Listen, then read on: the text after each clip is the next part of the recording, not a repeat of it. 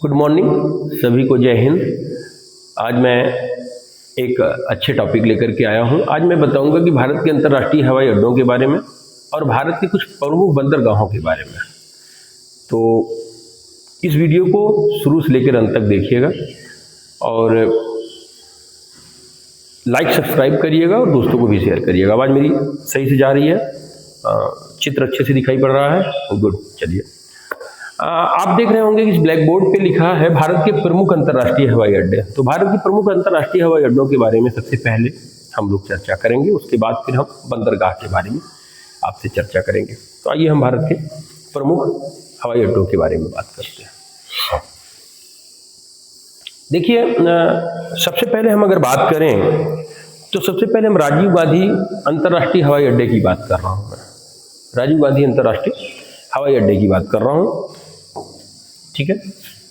ये राजीव गांधी अंतर्राष्ट्रीय हवाई अड्डा है। ये कहाँ पर है? स्थान ये हैदराबाद में है, तेलंगाना। स्थान कहाँ है इसका? हैदराबाद, तेलंगाना में है, ठीक है। हैदराबाद, तेलंगाना में है, ठीक है। ये साउथ में तकरीबन पड़ता है, ठीक है। अगली अगर हम बात करें कि मुख्य तथ्य क्या है कि दक्षिण भारत का प्रमुख एयर कार्गो और पैसेंजर हब है। पैसेंजर हब है। अब एक शब्द नया इसमें जुड़ रहा है, कार्गो। कार्गो का क्या मतलब होता है? कोई बताए? जवाब दीजिए, ऑनलाइन वाले जवाब दीजिए जो ऑनलाइन से जुड़े हुए हैं, ठीक है। कार्गो का क्या मतलब होता है? रियल में कार्गो का मतलब होता है सामान। सामान। अगर बात किया जाता है कार्गो एयर तो मतलब सामान ढोने वाला। यदि पैसेंजर तो सामान्य हवाई जहाज। बात समझ आ रही? हब माने एक बहुत बड़ा स्थान है जहां पर पैसेंजर बहुत मात्रा में आते और जाते हैं, ठीक है। उसकी बात यहां पर हो रही है। तो ये अंतर्राष्ट्रीय हवाई अड्डा है, ये राजीव गांधी अंतर्राष्ट्रीय हवाई अड्डा है, ठीक है। आगे हम बात करेंगे दूसरा, श्री गुरु रामदास अंतर्राष्ट्रीय हवाई अड्डा। स्थान श्री गुरु रामदास।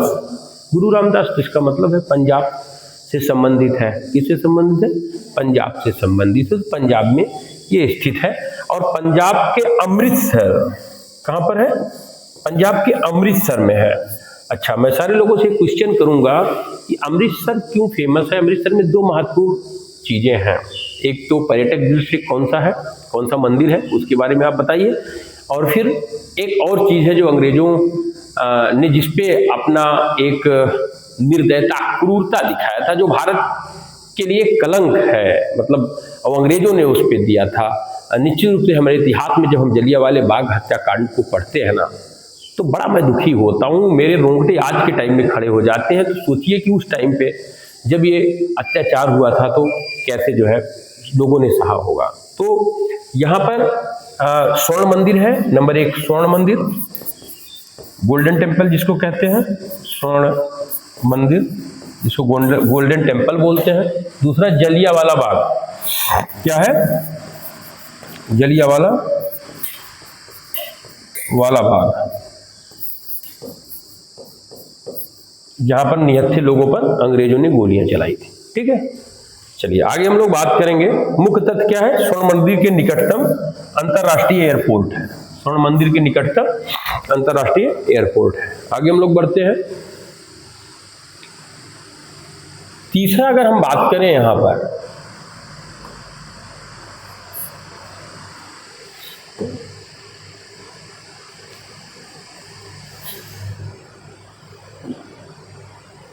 तीसरा अगर हम लोग बात करेंगे यहां पर, तो ये तीसरा जो है लोकप्रिय गोपीनाथ बरदलै अंतर्राष्ट्रीय हवाई अड्डा। लोकप्रिय गोपीनाथ, क्या नाम है? गोपीनाथ क्या? बरदलै अंतर्राष्ट्रीय हवाई अड्डा कहाँ है? गुवाहाटी, आसाम। कहाँ है? गुवाहाटी, आसाम। आसाम में है, गुवाहाटी में। पूर्वोत्तर राज्य है। क्या है? पूर्वोत्तर राज्य।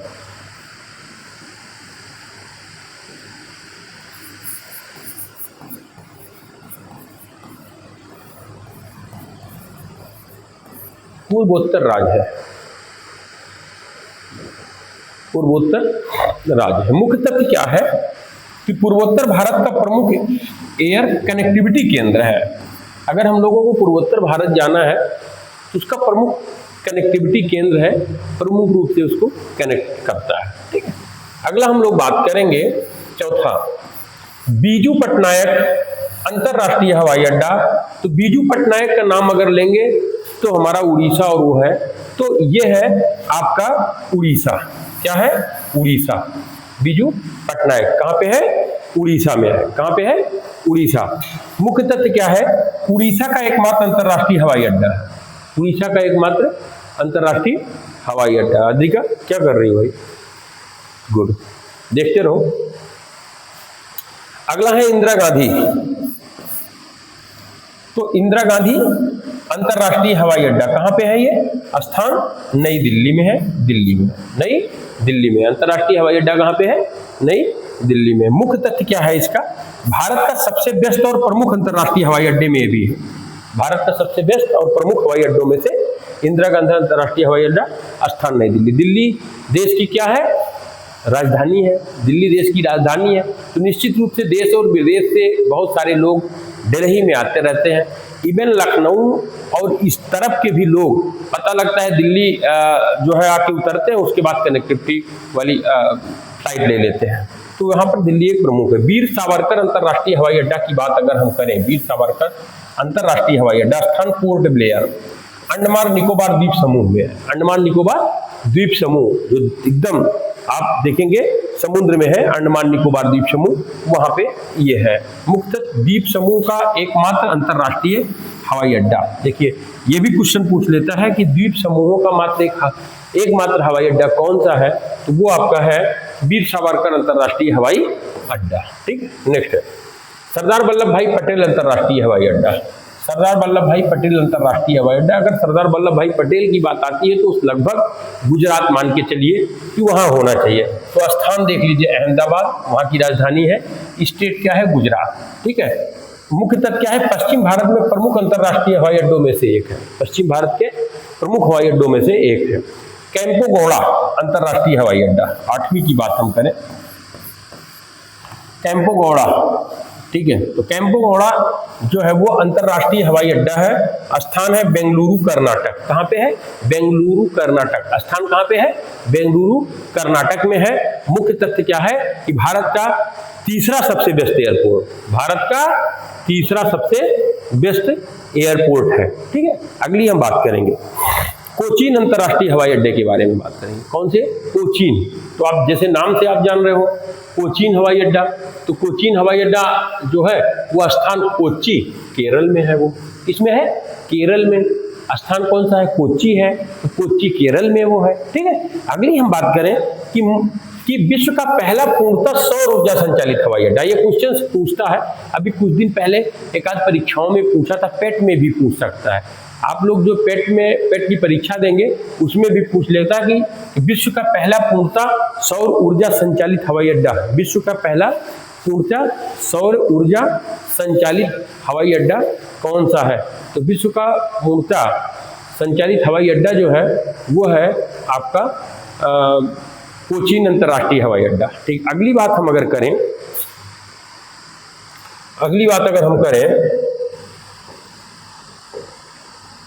तो वो है कालीकट। वो है क्या? कालीकट। क्या है? कालीकट। तो कालीकट अंतरराष्ट्रीय हवाई अड्डा, स्थान है कोझिकोड केरल। ये भी कोझिकोड केरल में है। कोझिकोड केरल है। मुख्यतः मलयाली प्रवासियों के लिए प्रमुख गंतव्य स्थान है। अगला हम बात करेंगे त्रिवेंद्रम अंतरराष्ट्रीय हवाई अड्डे के बारे में। त्रिवेंद्रम हवाई अड्डे की अंतरराष्ट्रीय हवाई अड्डे के बारे में, स्थान तिरुवनंतपुरम है, केरल है। ठीक है, मुख्य तथ्य इसके साथ क्या जुड़ा हुआ है?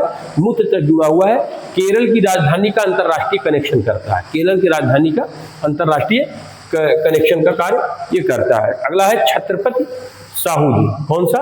छत्रपति साहू। जब भी छत्रपति साहू जी की बात आएगी तो महाराष्ट्र ये माना जाता है, मुंबई माना जाता है। तो बेटा यहाँ पर आपको अगर छत्रपति शिवाजी अंतरराष्ट्रीय हवाई अड्डा पूछता है तो तुरंत स्थान मुंबई है, महाराष्ट्र। ये भारत का दूसरा सबसे व्यस्त हवाई अड्डा है। भारत का दूसरा व्यस्त हवाई अड्डा है।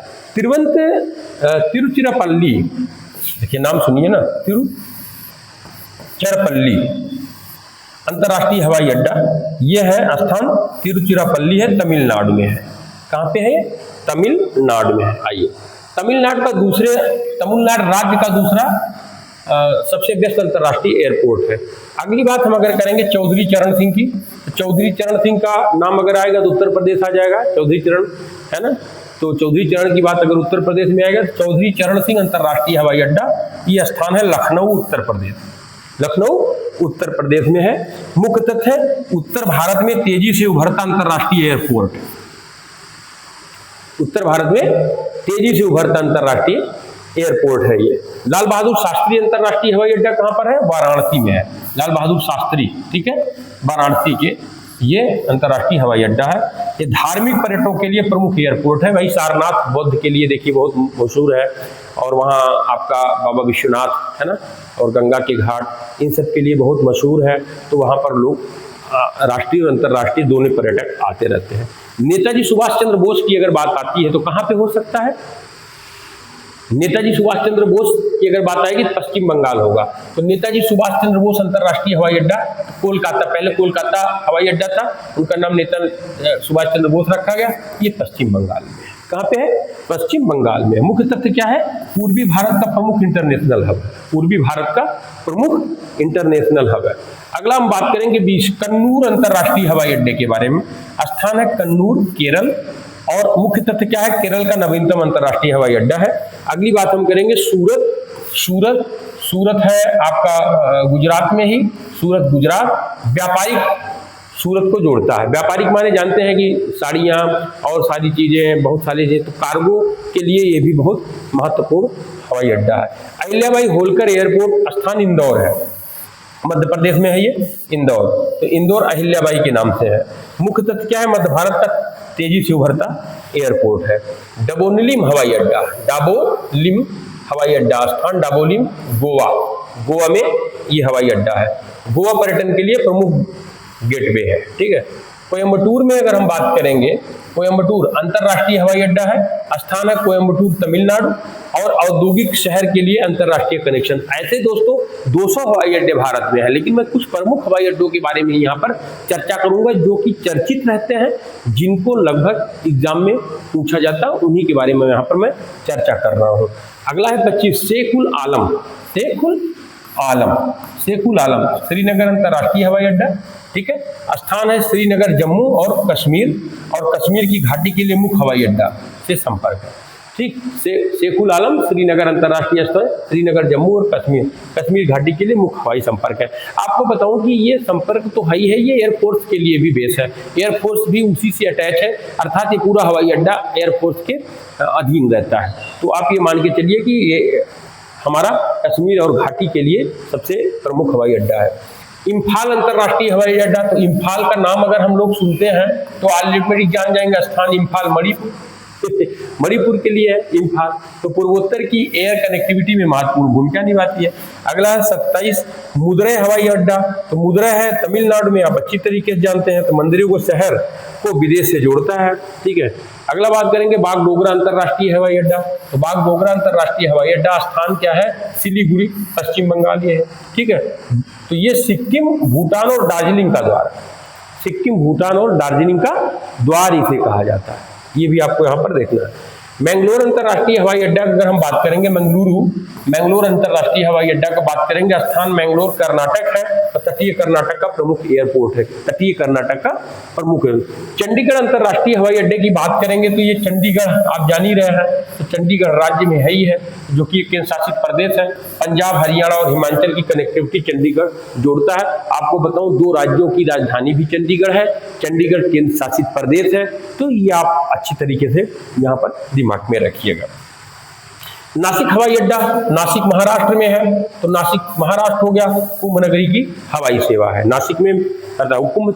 अब आप लोग बताइए, जब तक मैं आगे पढ़ा रहा हूं आप उत्तर दीजिए कि 4 जगह कुंभ लगते हैं, कहां कहां लगता है। अब आप लोग हमको लास्ट में उत्तर दीजिएगा और हम बताएंगे आपको। चलिए 32 स्वामी विवेकानंद एयरपोर्ट, स्थान रायपुर, छत्तीसगढ़ की राजधानी, प्रमुख हवाई अड्डा। महाराजा वीर विक्रम एयरपोर्ट अगरतला, त्रिपुरा में है, त्रिपुरा का मुख्य हवाई अड्डा है। और पश्चिमी तट के प्रमुख हम, ये तो हो गए हमारे अड्डा। एक सबसे नवीन अभी खुला राजा दशरथ, ठीक है, अंतरराष्ट्रीय हवाई अड्डा दशरथी, राजर्षि दशरथ, ठीक है, तो कौन है, अयोध्या में है राजर्षि दशरथ अंतरराष्ट्रीय हवाई अड्डा। 33वां यहां मैं लिख दे रहा हूं, राजर्षि दशरथ अंतरराष्ट्रीय हवाई अड्डा, यह है अयोध्या, अयोध्या, ठीक है। अब हम बात करेंगे पश्चिमी तट के प्रमुख बंदरगाहों के बारे में, तो कुछ बंदरगाहों के बारे में हम बात करेंगे। देखिए हम यहाँ पर, आप देखिए ये भारत का तस्वीर है, ठीक है, क्या है, दक्षिण भारत का तस्वीर है। ये कौन सा भाग है, पूर्वी, और ये कौन सा भाग है, पश्चिमी। तो ये तट यहाँ से गुजरात से लेकर के तमिलनाडु तक पश्चिमी तट माना जाएगा, और यहाँ से पश्चिम बंगाल से लेकर के तमिलनाडु तक पूर्वी तट माना जाएगा। और यहाँ पर मैं कह रहा हूँ कि पश्चिमी तट, यानी इस क्षेत्र का ये पश्चिमी तट का प्रमुख बंदरगाह, जो कि इस क्षेत्र में कौन सा सागर है, अरब सागर है। कौन सा सागर है, अरब सागर है। तो मैं अरब सागर के प्रमुख बंदरगाहों के बारे में बात कर रहा हूं। तो मुंबई बंदरगाह की अगर हम बात करें, जो कि यहाँ पर स्थित है, ठीक है, महाराष्ट्र में, ये भारत का सबसे बेस्ट और प्राकृतिक बंदरगाह है। तो व्यापार का मुख्य केंद्र, अगर पूछा जाता है कि भारत के प्राकृतिक बंदरगाह, तो उसमें मुंबई बंदरगाह भी प्राकृतिक है। प्राकृतिक और कृत्रिम दो तरीके का बंदरगाह होता है। तो बेटा प्राकृतिक माने जो नेचुरल, जो ऑटोमेटिक बना हुआ हो, जिसमें घाटे हो और वो सामने जो है कुछ इस तरीके के पत्थर हो जहां पे नावें लग सके। कृत्रिम होता है जो बी प्लांट बनाया जाता हो, उसको कृत्रिम कहते हैं। तो बंबई का जो ये बंदरगाह है वो प्राकृतिक बंदरगाह का एक उदाहरण है। हम दूसरी बात करेंगे, मुहामा शेवा जवाहरलाल नेहरू बंदरगाह, ये भी कहां पर है, महाराष्ट्र में है। कहां पर है, महाराष्ट्र। कंटेनर ट्रैफिक के लिए भारत का सबसे बड़ा बंदरगाह। कंटेनर क्या होता है, तेल वगैरह और सारी चीजें जो आती हैं कंटेनरों में, बड़े बड़े कंटेनर में माल आते हैं जो विदेशों से जाते हैं, उसके लिए यहाँ पर हम बात करें, कंटेनर ट्रैफिक में सबसे बड़ा बंदरगाह है। कांडला बंदरगाह की बात करें, कांडला बहुत फेमस बंदरगाह है जो कि गुजरात में है। तेल और नमक के निर्यात में अग्रणी, व्यापार में बहुत उपयोगी है कांडला बंदरगाह। कांडला गुजरात में है, इसको ध्यान दीजिएगा। यह है मर्मुगाओ बंदरगाह, जो कि गोवा में है। ये लौह अयस्क के निर्यात का प्रमुख केंद्र है। लौह अयस्क के निर्यात का प्रमुख केंद्र है। तो बेटा इसको ध्यान दिए रहिए, थोड़ा सा तेजी से हम लोग इसको पढ़ेंगे, तो आप बाद में स्क्रीनशॉट से एक बार और देख लेंगे, स्क्रीनशॉट लेते चलेंगे तो आपका एकदम क्लियर होता चलेगा। न्यू मंगलोर बंदरगाह, तो न्यू मंगलोर बंदरगाह की अगर हम बात करेंगे तो ये कर्नाटक में है। कच्चे तेल के लिए ये आपका फेमस है। हम और उर्वरकों के आयात और निर्यात में महत्वपूर्ण भूमिका निभाती है। देखिए आपको मैं बताऊं कि उर्वरक जो डाई वगैरह हम लोग बनाते हैं, अपने यहाँ बनता ही नहीं है बेटा, ये विदेश से आयात होता है, इसलिए डाई का दाम बहुत महंगा होता है। तो भारत सरकार क्या करती है, इस पर सब्सिडी लगाकर अपने किसानों को देती है। तो जो भी डाई हम कभी कभी शॉर्टेज हो जाती है, जब आयात नहीं हो पाता है तो हम लोग डाई को नहीं खरीद पाते हैं। अब इसर खपत जब देखिएगा धान लगाने का सीजन आ रहा हो तब तो डाई की खपत ज्यादा होगी, ठीक है। तो और उसी में लोग डुप्लीकेसी करना शुरू कर देते हैं। तो डाई अपने यहाँ नहीं उत्पादित होती, ये बाहर से मंगाया जाता है, तब हम लोग कंपोस्ट को करते हैं। तो ये आप ध्यान दीजिएगा कि उर्वरक के लिए, आयात निर्यात के लिए महत्वपूर्ण वो है। अगला बात करें कोचीन बंदरगाह, बहुत ही फेमस, केरल में है। मसालों और समुद्री उत्पादों के व्यापार के लिए प्रसिद्ध है। मसाला साउथ में होता है, काली मिर्च वगैरह, ध्यान दीजिएगा, ठीक है। अब हम बात करेंगे, तो पश्चिमी तट हो गया। अब हम बात करेंगे पूर्वी तटों के बारे में, ठीक है। किसके तटों के बारे में, पूर्वी। ये कौन सा तट हो गया, ये सब पूर्वी तट हो गया। पूर्वी कौन सा सागर है, बंगाल की खाड़ी। कौन सा सागर है, बंगाल की खाड़ी, ठीक है। तो ये जान लीजिए। अब हम पूर्वी तटों के बारे में बात करेंगे। सबसे पहले चेन्नई बंदरगाह, जो कि तमिलनाडु में है, सबसे पुराना कृत्रिम और बंदरगाह है। तो ऑटोमोबाइल निर्यात में अग्रणी है। अगला है एन्नौर बंदरगाह, तमिलनाडु में है। भारत का पहला कारपोरेट बंदरगाह है। कोयला और ऊर्जा से जुड़ा व्यापार यहीं से किया जाता है, ये ध्यान दीजिएगा। अगला है तूतीकोरिन, कौन सा है? 9वां तूतीकोरिन, जिसको बियो चिंदरनार बंदरगाह भी कहते हैं, जो कि तमिलनाडु में है। इस कंटेनर के लिए बहुत ही उर्वरक और नमक निर्यात में महत्वपूर्ण काम करता है, नमक भी निर्यात करता है और उर्वरक भी।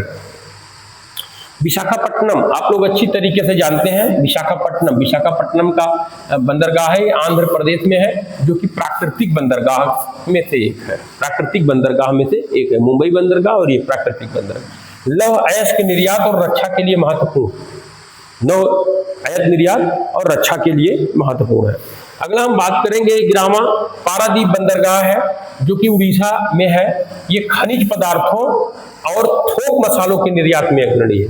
खनिज पदार्थ और थोक निर्यात करता। आइए, कोलकाता हल्दिया बंदरगाह, बहुत फेमस बंदरगाह है हल्दिया। कौन सा बंदरगाह है? हल्दिया, जो कि कोलकाता में है। ये पश्चिम बंगाल का है, गंगा नदी के तट पे है, नदी पर स्थित है, पूर्वोत्तर भारत के लिए प्रवेश द्वार है। ध्यान दीजिएगा, पूर्वोत्तर भारत के लिए प्रवेश द्वार बोला जाता है। अगला हम बात करेंगे द्वीपीय क्षेत्रों का प्रमुख बंदरगाह, द्वीपीय क्षेत्र का। तो सबसे पहले हम बात करेंगे कि द्वीपीय क्षेत्र में पोर्ट ब्लेयर बंदरगाह, जो अंडमान निकोबार द्वीप समूह में है। इस बंदरगाह में सामरिक दृष्टि बहुत महत्वपूर्ण है। तो सामरिक दृष्टि अत्यंत महत्वपूर्ण, पूर्वी समुद्री और सीमा की सुरक्षा करता है। पूर्वी समुद्री सीमा का भी हमारी सुरक्षा करता है, इसलिए पोर्ट ब्लेयर बहुत इंपॉर्टेंट है। हम पश्चिम तट के छोटे बंदरगाहों की बात करेंगे। तो हमने बहुत बड़े बंदरगाहों की बात की, अब हम लोग क्या करेंगे? छोटे बंदरगाहों की बात करेंगे, जिसमें रत्नागिरी बंदरगाह, जो कि महाराष्ट्र में है, कोंकण क्षेत्र में मत्स्य व्यापार करता है, स्थानीय नौकाहन के लिए महत्वपूर्ण है। द्वारका बंदरगाह गुजरात में है, धार्मिक पर्यटन और मछली उद्योग के लिए महत्वपूर्ण है। हम तीसरी बात करेंगे मांडवी बंदरगाह, गुजरात में है, जो कि पारंपरिक लकड़ी के लिए, जहाज ढो निर्माण के लिए भी, जहाज उद्योग निर्माण के लिए भी बहुत प्रसिद्ध है। अगला हम बात करेंगे पोरबंदर बंदरगाह, जो कि गुजरात में है, मछली पकड़ने और निर्यात के लिए अहम जो है स्थान रखता है। गांधी जी का जन्म स्थान भी बोला जाता है पोरबंदर गांधी जी वहां पे हुए थे गुजरात में।